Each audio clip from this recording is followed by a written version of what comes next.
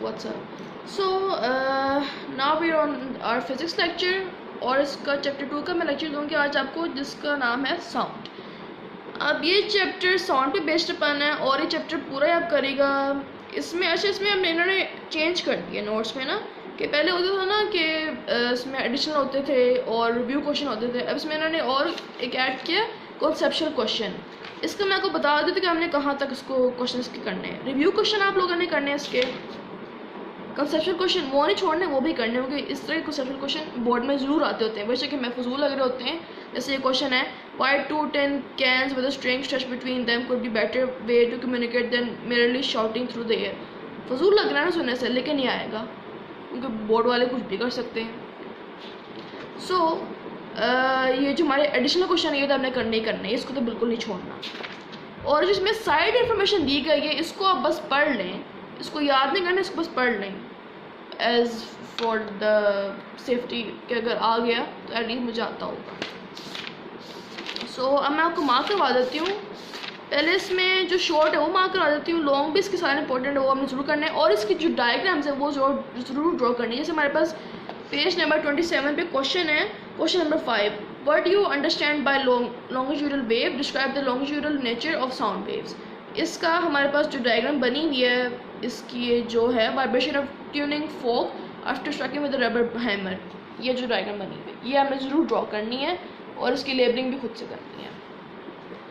Diagram तो छोड़नी नहीं है ना, वो तो साइड ड्रॉ करनी है। जो क्वेश्चन आएगा उससे डायग्राम ड्रॉ होगी। क्वेश्चन है उसके मार्क करें। जैसे हमारे पास है question number,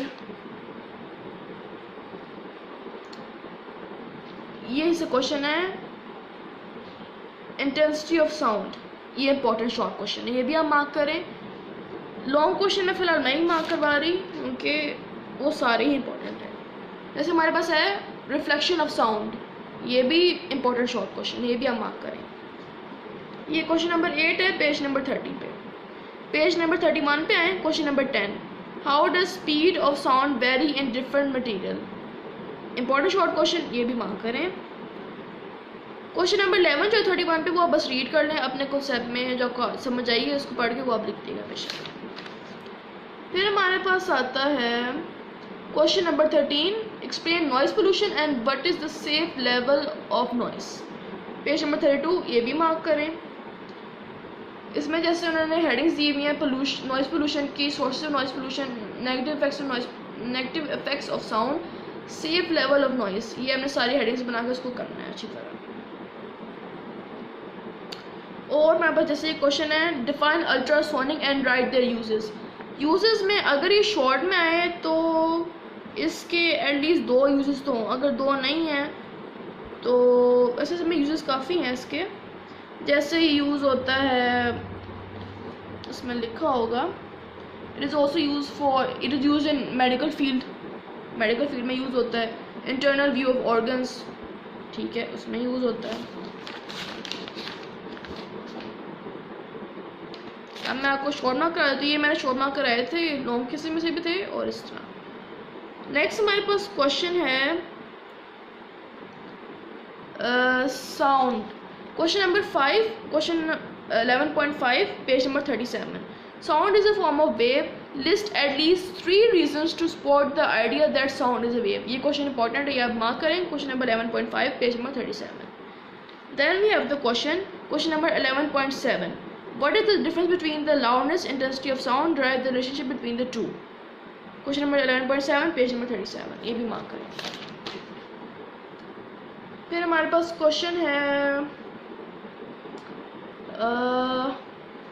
Audible frequency of range of for human ear, page number 39, question number 11.15, ये भी मार्क करें, ये भी इंपॉर्टेंट है।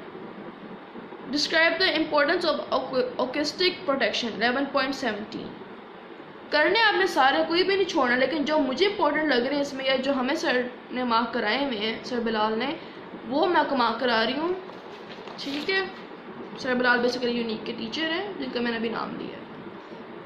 सो हमारे पास ये क्वेश्चन, अच्छा इसके जो एडिशनल क्वेश्चन है वो आसान भी हैं और ये आते भी ज़रूर होंगे, इसमें बोर्ड भी लिखा हुआ है काफ़ी दफ़ा। जैसे ये क्वेश्चन है, what do you mean by intensity of sound, also right its unit, ये बोर्ड में कितनी दफ़ा आया हुआ है? 4 दफ़ा, 2014, 15, 17, 18। ये ज़रूर करेगा, ये इंपॉर्टेंट है। Question number 13 page number 40 additional short question का क्वेश्चन है ये भी इंपॉर्टेंट है। Distinguish between noise and musical sound, ये बोर्ड में 3 दफ़ा आया हुआ है। क्वेश्चन नंबर 14 पेज नंबर 40, ये भी मार्क करें। बाकी जितने भी इसके क्वेश्चन है वो सारे आप करें। और म्यूजिकल साउंड का मैं आपको बता देती हूँ। The sound which has pleasant effect on years is called musical sound. ऐसी आवाज़ जिसका हमारे कानों पे एक अच्छा सा इफेक्ट पड़ता है उसे हम क्या कहते हैं? Musical sound. और ऐसी साउंड जिसका जारिंग इफेक्ट हमारे कानों पर होता है उससे हम कहेंगे